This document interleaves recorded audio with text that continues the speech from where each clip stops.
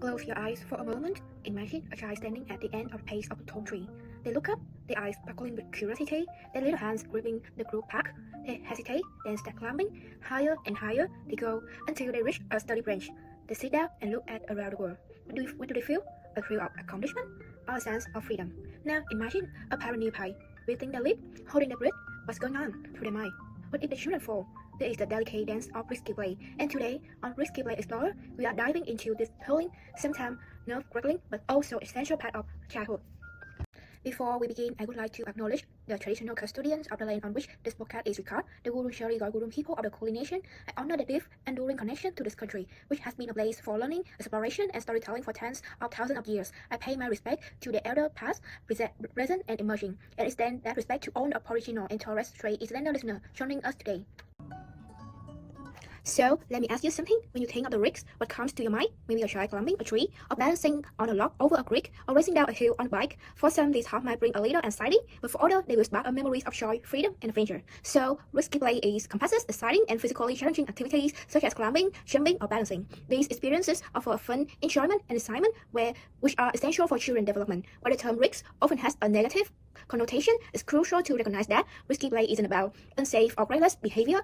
It is about pushing children beyond their limits. Instead, it involves the desire to explore new or challenging activities, along with the uncertainty of achieving success.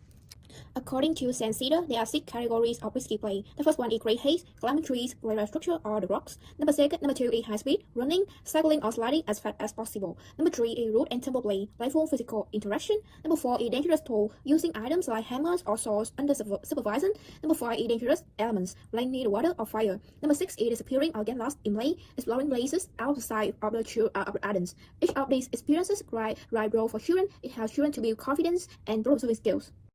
So, why risky play matter in today's world? In today's world where the structural activities dominate childhood and safety concerns are at an all-time high, children have fewer opportunities for risky play than ever before. Playgrounds are becoming safer, parks are designed to eliminate hazards, and parents often feel restless to supervise every moment of the child play. But let's consider this: by removing risks, are we also removing growth for children?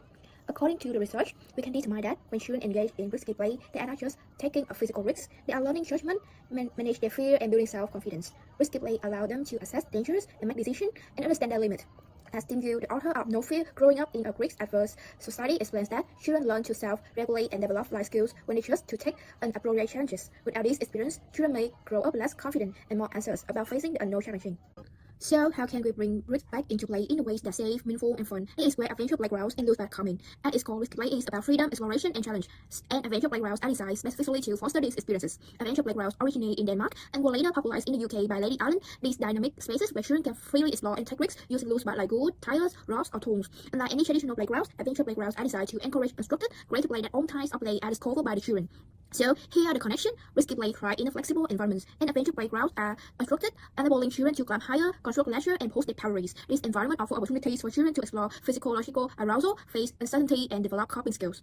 Here is the magic. Loose-back bring the freedom, and the risky play bring the thrill. Together, they create an environment where kids can test their limits. According to the theory of loose-back, the more flexible and open-ended materials children have access to from the loose-back, the more creative and innovative their play becomes. And when you add risks into the mix, like climbing a structure they have built themselves or balancing a log, you are giving the children the chance to grow themselves, assess danger, and build confidence.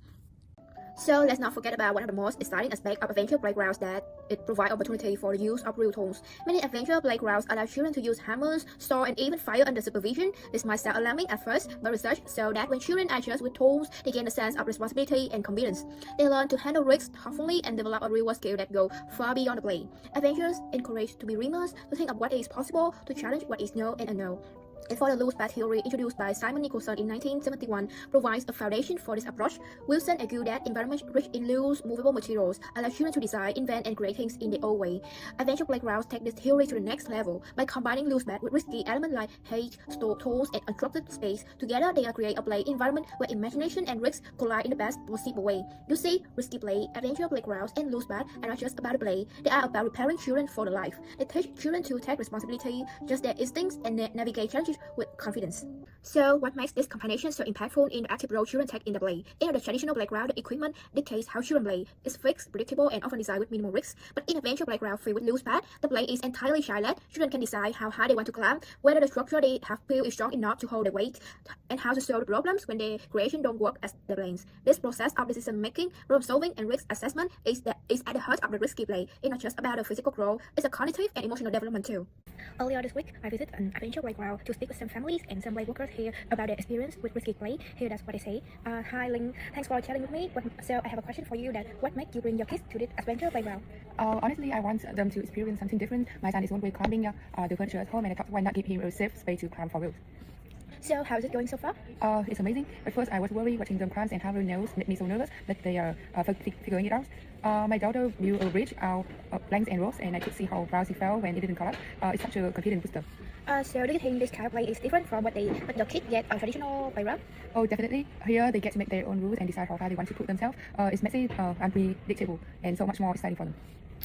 So thank you, Ling, for your sharing experience. So what is the takeaway? Risky play isn't about danger, it's about growth. It's about giving the children a chance to explore their limits, make their own decisions, and experience the thrill of independence. Adventure playgrounds with a loose path and focus on child-led exploration are the perfect spaces for this kind of play. They are messy, unpredictable, and full of opportunities for children to discover what they are capable of.